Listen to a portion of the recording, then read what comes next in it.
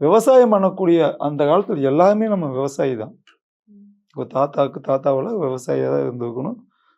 போய் எல்லாம் புதுசாவெல்லாம் இது பண்ணிட முடியாது. அப்ப என்ன பண்ணுவாங்கன்னா, சர்ப்பம், பாம்பு எப்படி இருந்தாலும் தோட்டத்துக்குள்ள பாம்பு இருக்கும். அதை வந்து எப்படி இப்ப எங்க தாத்தாவால எப்படி வெட்டுவாருன்னா, அப்படியே அப்படி வெட்டினா தலை பறக்கும். அப்படிதான் எங்க தாத்தா வெட்டினதாக எங்க அம்மா அப்படியே பெருமையா சொல்லுவாங்க. அதனால தான் எனக்கு 46 வயசு வரைக்கும் கல்யாணம் நடக்கல.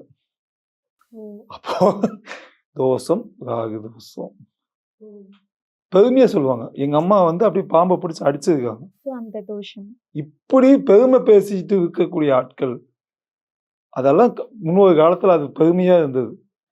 பாம்பை அப்படியே கையில பிடிச்சு அடிக்கக்கூடிய ஆளாகவும், அப்படியே தலையை துண்டிக்கக்கூடிய ஆளாகவும், சத்தியம் பண்ணும் கீழே. பாம்பு சத்தியம் பண்ணும்.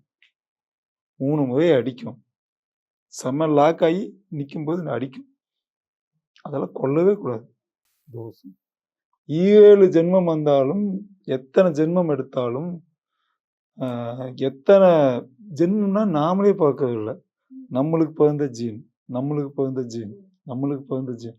இவங்க என்ன நினைச்சிட்டாங்கன்னா, நாமளே அடுத்த ஜென்மத்துல பிறந்து அந்த பாம்பையே வந்து இப்ப அடி வாங்கும். அதுக்கே ஞாபகசக்தி கிடையாதுங்க. அதுக்கே எல்லாம் எதுவுமே கிடையாதுங்க.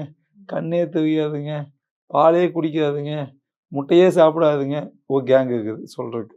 அவங்களுக்கு நான் என்ன சொல்றேன்னா, அதுக்கு இதுக்கு சம்மந்தமே கிடையாது. வினை அறுத்தவன் வினையால சாவான். இது பழமொழி. அதுக்கு நிறைய சாட்சிகள் இருக்கு. ராகு தோஷம் உள்ளவன் அந்த தோஷம் கழிக்காமல் இதுவரைக்கும் ஜெயிச்சதாகவே சரித்திரம் இல்லை.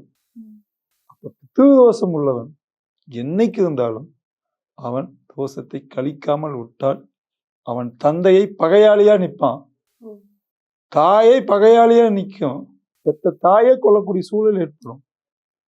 இதெல்லாம் தோஷத்தோட அளவு. அதையே மிஸ்யூஸ் பண்ணவங்களும் இருக்காங்க.